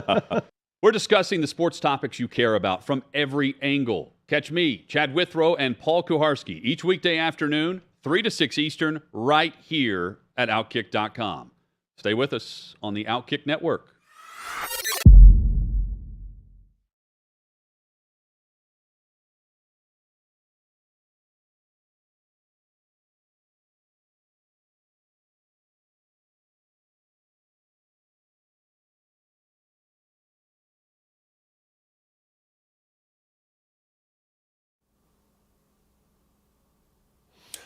Yes, sir! Let's show it. So yesterday, Draymond Green apparently went all Draymond Green on Jordan Poole. Here's a video. All right, you're going to see there's Green. Poole's out of bounds. Looks like they're talking. And talking. And talking. And now they're looking. And now here comes Green. Gets in his face, shoves him away. Boom!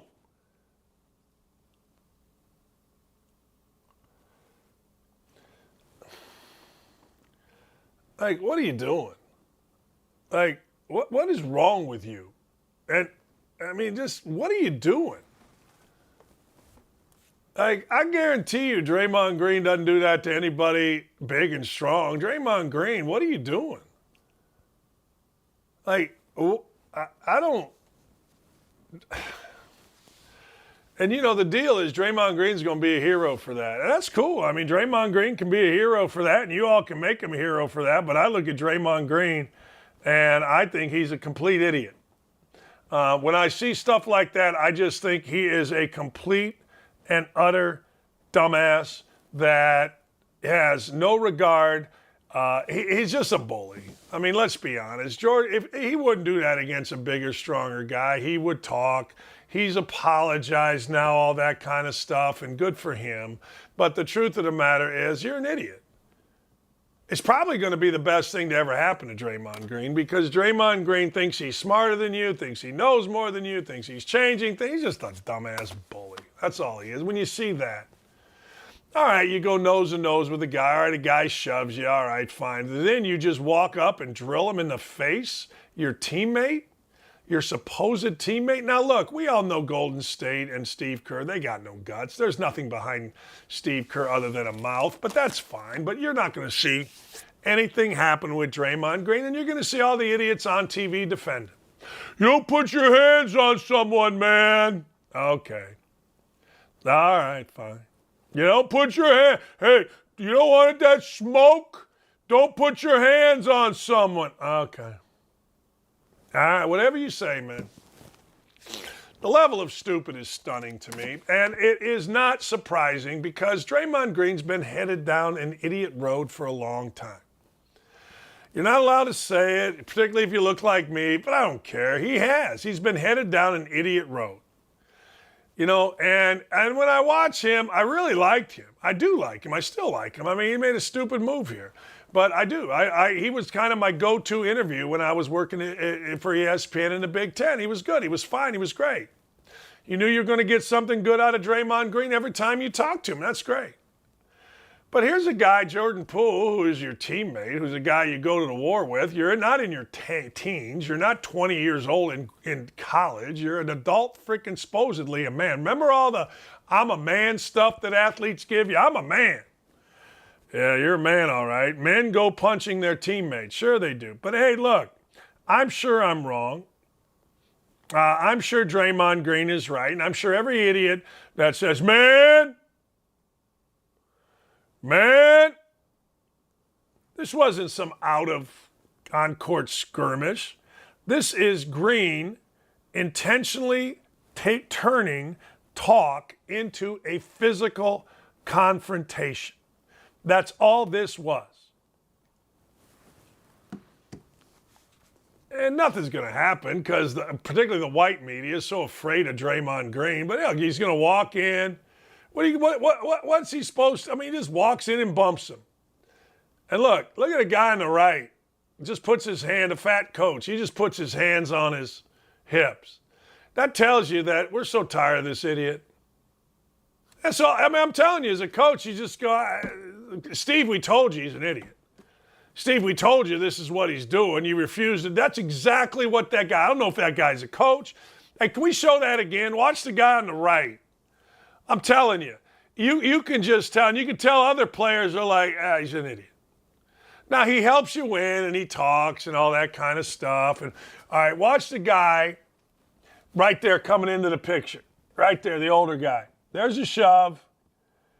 And then he just puts his he puts his hands on his shoulders, on his hips, and everybody around. Look at this guy on the right. He's just looking. You can keep the video going.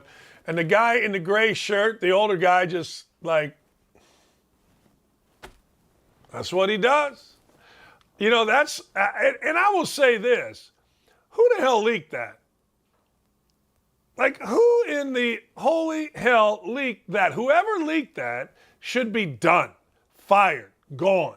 Like, I would make an investigation into that. Now, maybe, just maybe, it was the Golden State Warriors leaking it because, well, they want Draymond Green gone. I don't know. I got to believe the Golden State Warriors can win with or without Draymond Green. Just make sure you keep Klay Thompson and Steph Curry. You'll be all right. Draymond Green's important, though. And that's the only reason Draymond Green's still on the team. Idiotic. We got some mean tweets, Dylan. Ryan, people being mean to me? Why you be mean to me? That's what my daughter used to say. Don't be mean to me. Hey, Dan, why is it the local media idiots, when you are the media guy, saying the Colts win 12-plus games? Maybe the joke is on you. This guy, T. Clark GG, he's awesome. I had to mute him because every single thing that I do, I say the Colts are going to win usually 14 games. Like I say Indiana basketball is going to win 25 a year. I say the Colts, they're going to win 12 to, I think last year I said 15-2. I love T. Clark. He's a crazy-ass liberal. He and my buddy Greg Doyle, they talk bad about me. They were saying the other day that I would have marched in an Antifa rally that was happening. I guess it was Antifa. I don't know. Dudes had hoods. And Doyle put in, if I had the stamina. That's too easy from Doyle about the adultery. It's too easy. It's put on a T for me, for Doyle, and I won't go there. But yeah, you're right, T. Clark. The joke is on me. It always is. And always I end up being right. So in Vegas, actually, now the Colts have 3 wins. So they're 3-2 if you go by Vegas, at least is what I'm told. But T. Clark GG's got like 10 followers. We're giving him a lot of pub. But I had to mute him. It's like every time my shirt is black. No, it's not. Trump didn't have a black shirt. Okay. Shut up, T. Clark. What's next?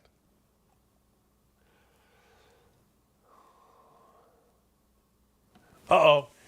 Was it Dan Dakich? Always thought his name sounded like Jockich, telling them to sack up. Never understood anyone telling anyone else how to feel in any situation.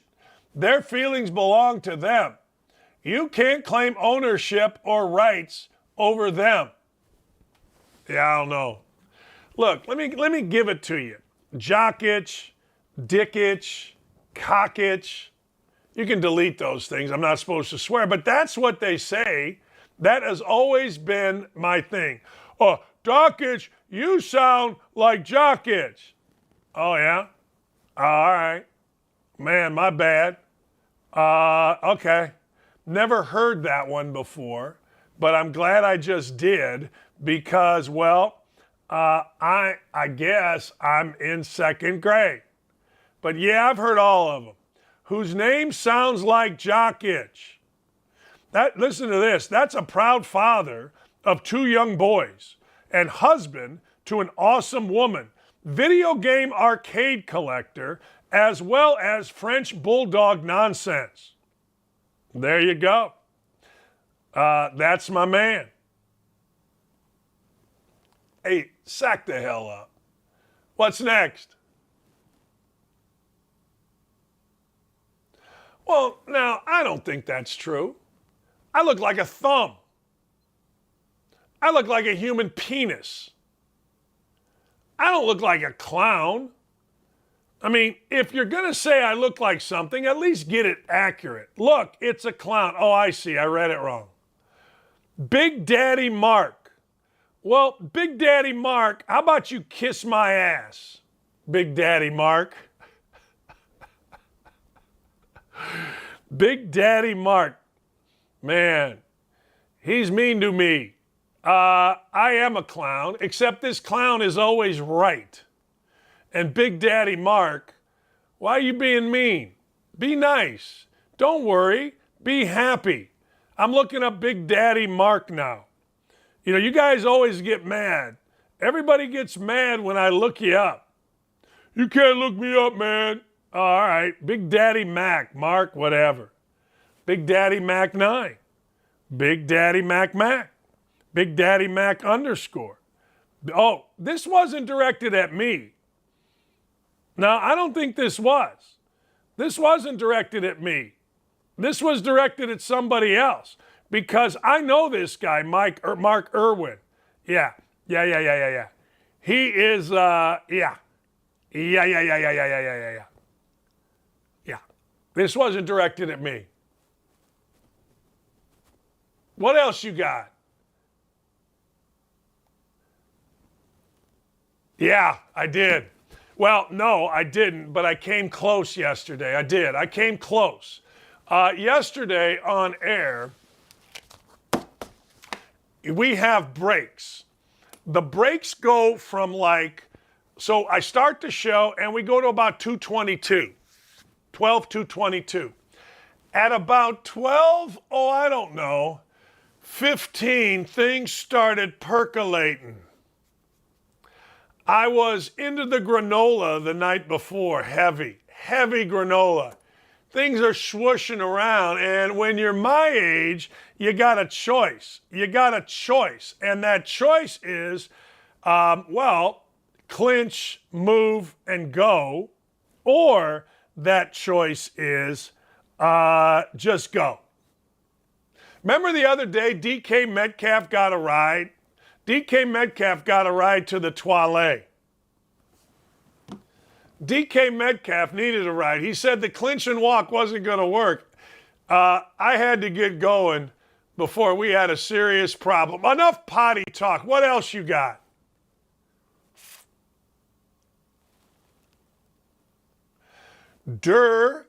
I'm so smart in hindsight.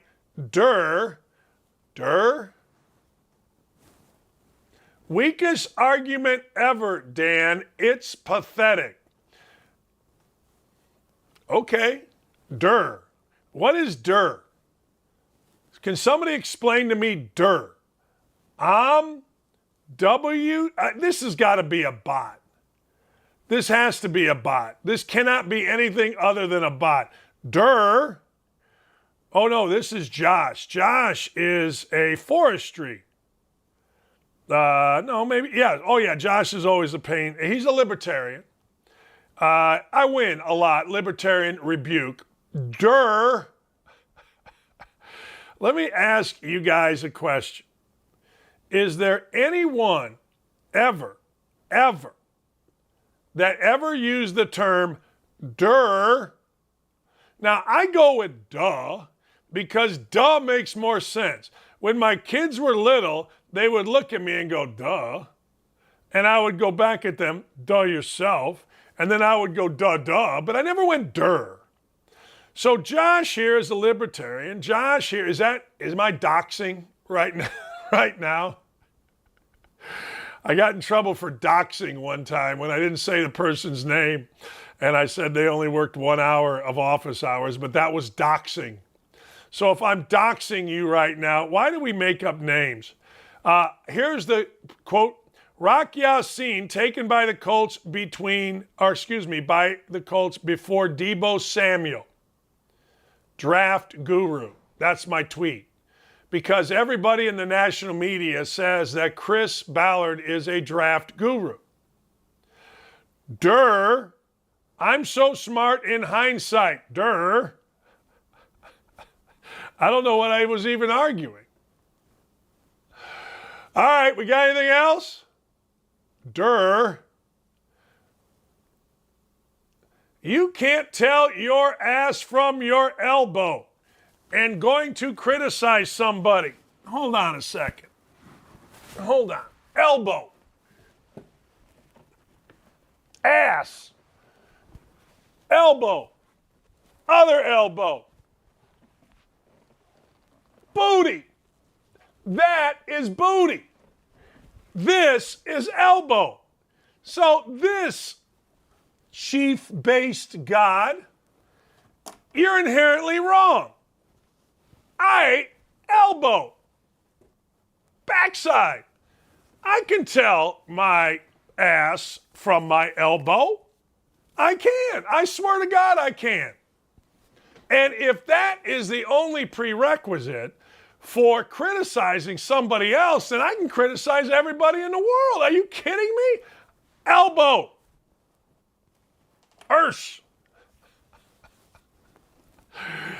Oh, man. And chief-based God. You go, boy, but I can tell the difference. That means I'll criticize you. You have an idiotic name and you're blasphemous. Brock. Oh, look at Brock. That's funny. I did see that one. What else we got? Elbow. I've literally never seen you tweet something positive unless you're about yourself or retweeting your fanboys. It's ridiculous. So what?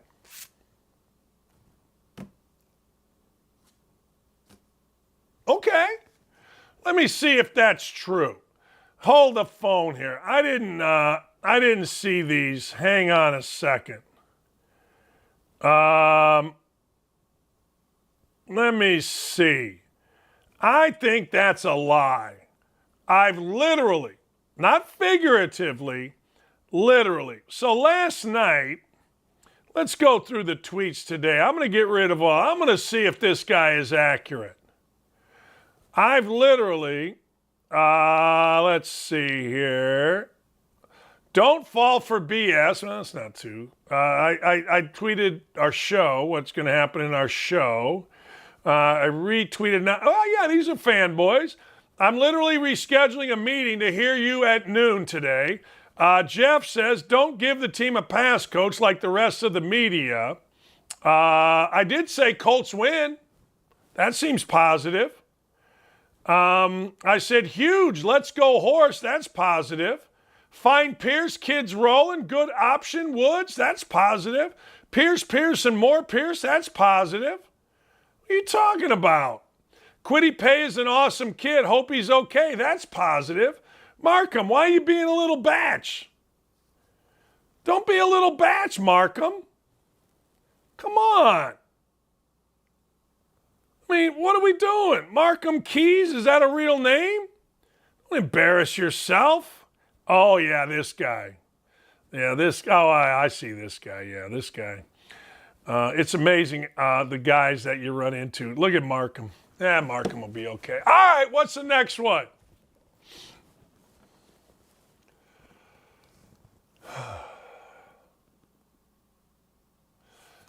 No, I saw this guy. This guy was on my backside because of these wheels. See, in Indianapolis, we love big fat linemen. We do. We think Quentin Nelson is a thing. We think Quentin Nelson deserves $20 million. In my world, I like thoroughbreds. You ever seen a thoroughbred with big fat ankles? Next time you go to a horse race, next time you see a horse, next time you see a fast dog, you know what they've got? Skinny legs. That's right. You don't see big fat cankles. That's what we like in Indianapolis. The old corn-fed Kappa cutie. You can't tell the ankles from the calves. And we like it in our men and we like it in our women. Yeah, we do. Not me, pal. Not me. I got thoroughbred legs. I got thoroughbred legs, and if you don't like it, I can't help you. That's right. You ever see a thoroughbred with big fat ankles? You haven't, have you? Have you? No. You seen big fat linemen last night with cankles that couldn't block thoroughbreds. I'm just telling you. Yeah. But primetime 28-28 speaks for all of Indianapolis Colts fans when he says hit leg day, because they like them big and fat. Not me. I like high calves, athletic legs. What has two thumbs, high calves, and athletic legs? This guy. Right here. You want cankles? Go to Wisconsin. Look at the linemen. Go to Iowa. Go to the Colts, offensive front. Look at those idiots. Yeah. Not this guy. This guy's an athlete. Right here. Even at 60 years old. Still the freaking bar that young boys like primetime 28-28 aspire to. I've been doing it since I was 15 years old, inspiring an entire state, athletically, socially, intellectually, physically. It's exhausting. It's tiring. but you know I'm up for it. What a great week we had this week. We got a woke-a-dope. Do we have a woke-a-dope anywhere here? Let's get a woke-a-dope up here. Let's get some fool that decided they were going to be so woke that they're going to give us all a headache. Oh, my God. We got inflation is good for you. Now a small nuclear war. Honest to God, just when I think people in the media can't be any dumber, they can be dumber. They absolutely can be dumber. Yeah, Dean. A small nuclear war. Just a tad of a nuclear war. Just a little something in a nuclear war. Look, I would argue that going back a few years when a lady named Maria Kwiatkowski, Tim Evans, and Mark Alicia were at the Indianapolis Star, and they revealed what was going on with USA Gymnastics and Larry Nassar, newspapers had value, media had value. Now, newspapers are in the toilet, and the Indianapolis Star, well, they got rid of Kwiatkowski, they got rid of Alicia, and now they have children writing stupid things. And the Indianapolis Star is just a symptom of what you saw there. We have children writing for the Huffington Post. There was a time when the Huffington Post mattered. There was a time when people read the Huffington Post and said, this is interesting. It really was one of the first informative blogs that was new kind of media. It was. It was interesting. It was sharp. It was diverse. It was good. Now it's crap. And just like the newspaper that you read or the column of the newspaper is, it's all crap. I blame Donald Trump. I blame Donald Trump because Donald Trump was so polarizing. He went from being a businessman, a very popular businessman with the African American community in particular, to being a flaming racist because, well, that's what people said. Those people, media people. I blame Donald Trump because everybody on one side has to fight against everybody on the other side because one side likes Donald Trump, thinks he's doing a good job, and the other side hates Donald Trump so bad it doesn't matter that the guy on their side is doing such a horrific job of killing our country. But as long as he's not Donald Trump, we don't care what the guy on our side does because he's not Donald Trump. The world is nuts. The world is completely, totally insane with this, and I blame Donald Trump. I blame Donald Trump for a lot of stuff, man. Oh, good. Great. Wonderful. I blame Donald Trump for how bad the Colts played last night. I blame Donald Trump for how bad the Denver Broncos played last night. I blame Donald Trump for people leaving early. Let's just blame Donald Trump for everything. But I blame Donald Trump, well, because others that are against Republicans now can't even think straight, can't even see the horrific things that are done. I also blame Donald Trump because there are different elections all across the country that have nothing to do with the issues at hand. It just has to do with smearing the other.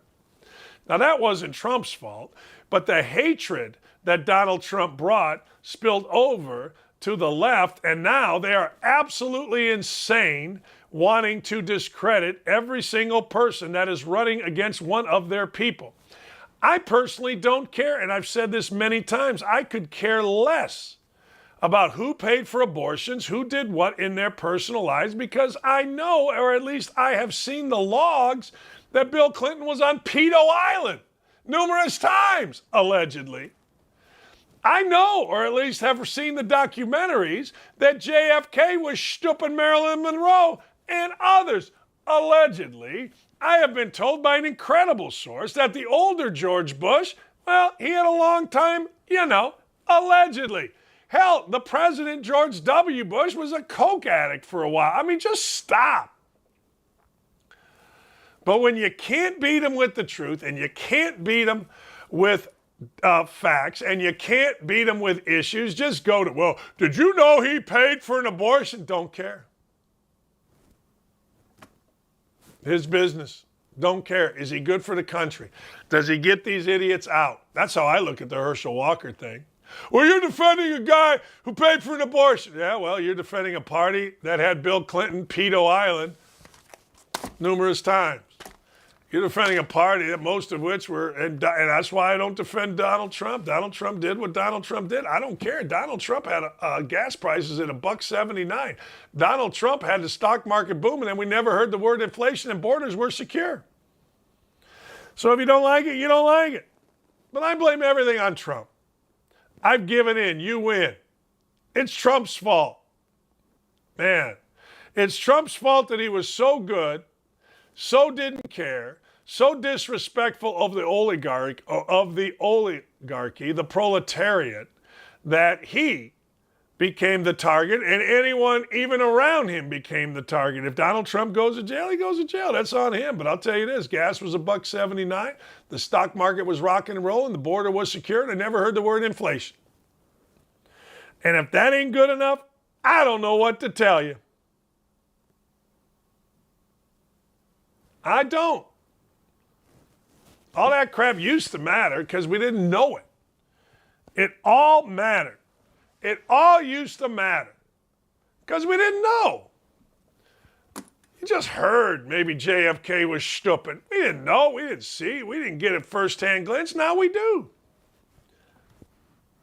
Don't care. Not even a little. You should care. Okay, I should, maybe, but I don't. No, man, see, you're a bad person. I agree. I agree. Read the paper. I'm a bad person. What are you going to do? Don't care. Not even a little. Just do yourself a favor. And I've never really spoken like, get these guys out. You got to. I mean, look, I've not voted a straight ticket in my life, and I never will. I pay attention, and I vote. In fact, I voted in the last election for me. Didn't vote for Trump, didn't vote for Biden, didn't vote for Trump, didn't vote for Hillary. I voted for me. And I'll do it again, unless we get a candidate in there that's worth a damn. It's Friday. We had a great week. Dylan, you're great. Ryan, fantastic. Aaron, thank you so much. Fantastic guest. Max Starks today, terrific. Terrific, terrific, terrific. I didn't go to my coach on the hot seat, which is Matt Rule. I mean, at what point are we going to get Matt Rule out of here? What a great week. You can catch more all day at OutKick.com, and you can catch me at 107.5. I'm going to be rip, racing, and roaring, but the Colts won, so I need to shut up. Have a great weekend, everybody.